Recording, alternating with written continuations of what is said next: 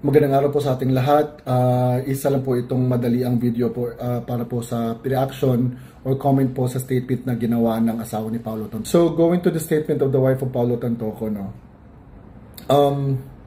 Nakakapanglumo po talaga ang mga pangyayari. It's really disheartening.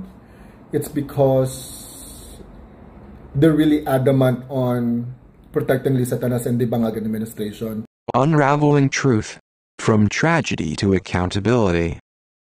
Everything coming out of Los Angeles surrounding the death of Paolo Tantoco continues to emerge in troubling fragments.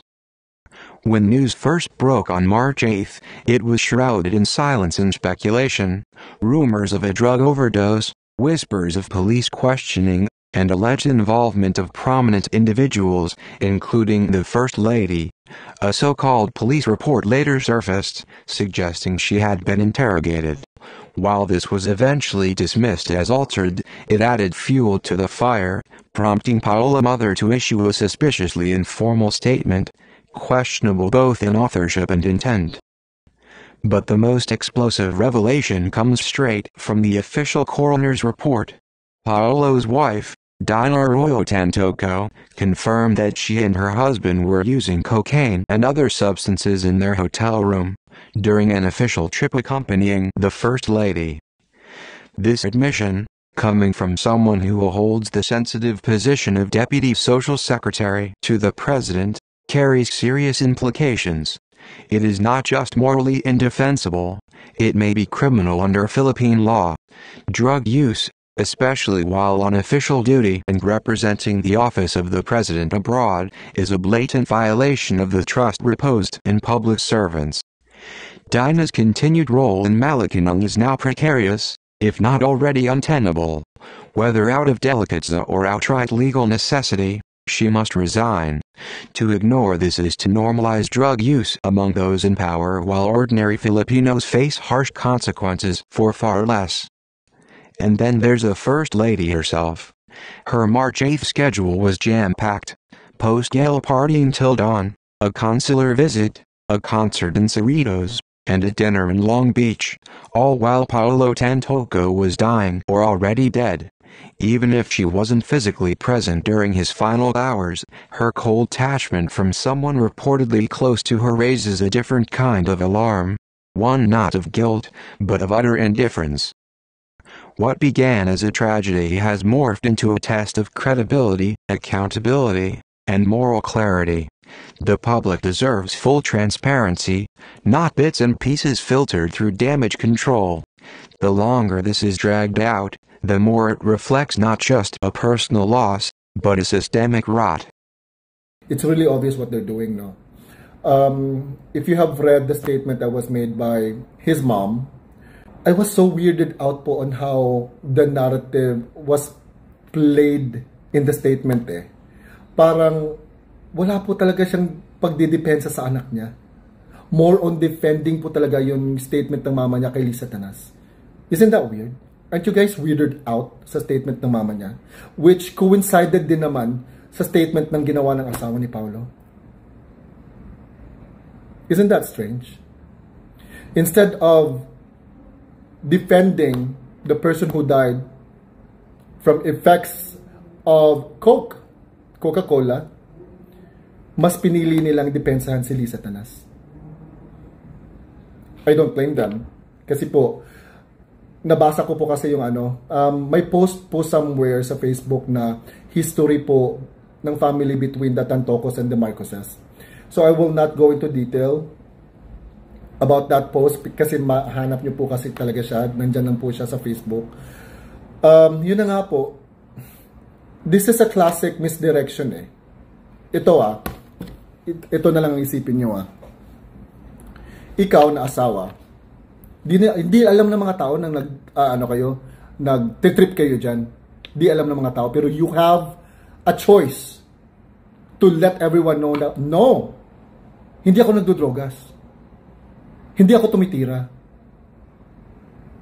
Pero, you chose to admit to everyone publicly that you're doing drugs. So this is a classic blame it on the fall guy. Ginawang fall guy ang asawa. And to think, you're an appointed official. Grabe, no? Yan lang ha, yan ang isipin nyo ha. She admitted doing Coca-Cola and Mary Jane. Isn't that weird? Di ba kayo na-weirded out sa situation na to? Sa pag-admit ng asawa? Parang, obvious na obvious talaga eh, na, okay, I'm gonna take the blame on everything just to save Lisa Tanas. Yung ganun, yung obvious na obvious talaga eh. Ewan ko lang talaga kung, ewan ko ha, kung saan na to papunta kasi it's what really happened there in Beverly Hilton versus the statement of the family members eh. And they really know how to protect themselves, no? Alam talaga nila ilaro tong situation na to, no? Kasi alam nila, pag ilalatag namin ni Maharlika kung anong meron kami, posas kami. Ang hirap. Nakakapanglumo talaga. Hindi ko lang talaga maintindihan kasi sa mga nangyayari po, marami na po tayong marami na tayong evidence. Marami na tayong mga accounts proving na drug user talaga yung mag-asawa na yan. Yung si Bangag at saka si Lisa Tanas. Meron ang dami na. From Agent Morales to Cathy Binag, to what I know, to the information that I have. And plus, meron nang namatay. Namatayan na kayo from Coca-Cola effects. Di ba? There's just far too many accounts, overwhelming accounts, proving na gumagamit yung mag-asawa na yan na nasa Malacanang. Why are we not mad about this? Why are we not doing anything about this? Why are we not demanding for both of them to do hair follicle test? Dapat galit tayo. Dapat hindi natin to tinitake as gossip lang. Hindi po ito sabi-sabi lang, hindi po ito gossip lang. Marami na pong accounts.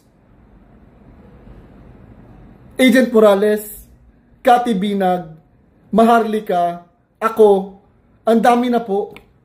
And I have nothing to gain po sa mga ginagawa ko po. Kasi hindi po ito hindi po monetize ang Facebook ko. I'm just telling you what I know. Bakit po tayo hindi nagagalit? May mga recordings pa, may mga clips, ang dami po. But I have to protect myself as well. Maharlika has to protect herself as well.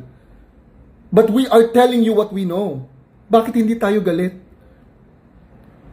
Bakit wala tayong ginagawa? Now, I really don't know what's going to unfold in the next couple of days, weeks, or months. Because remember that first time na this issue blew up, way back March, everybody was saying na, oh, nagpapapansin lang yan, mga fake news yan, si Maharlika at saka si Dean Chase. And then, the coroner's report came out. So, I really am banking on what Attorney Trixie said, that facts and truths are time-bound. So, I guess we'll just have to wait, no? In the next couple of days on what's going to happen. But I'm sure something will happen. I'm sure a major break will be released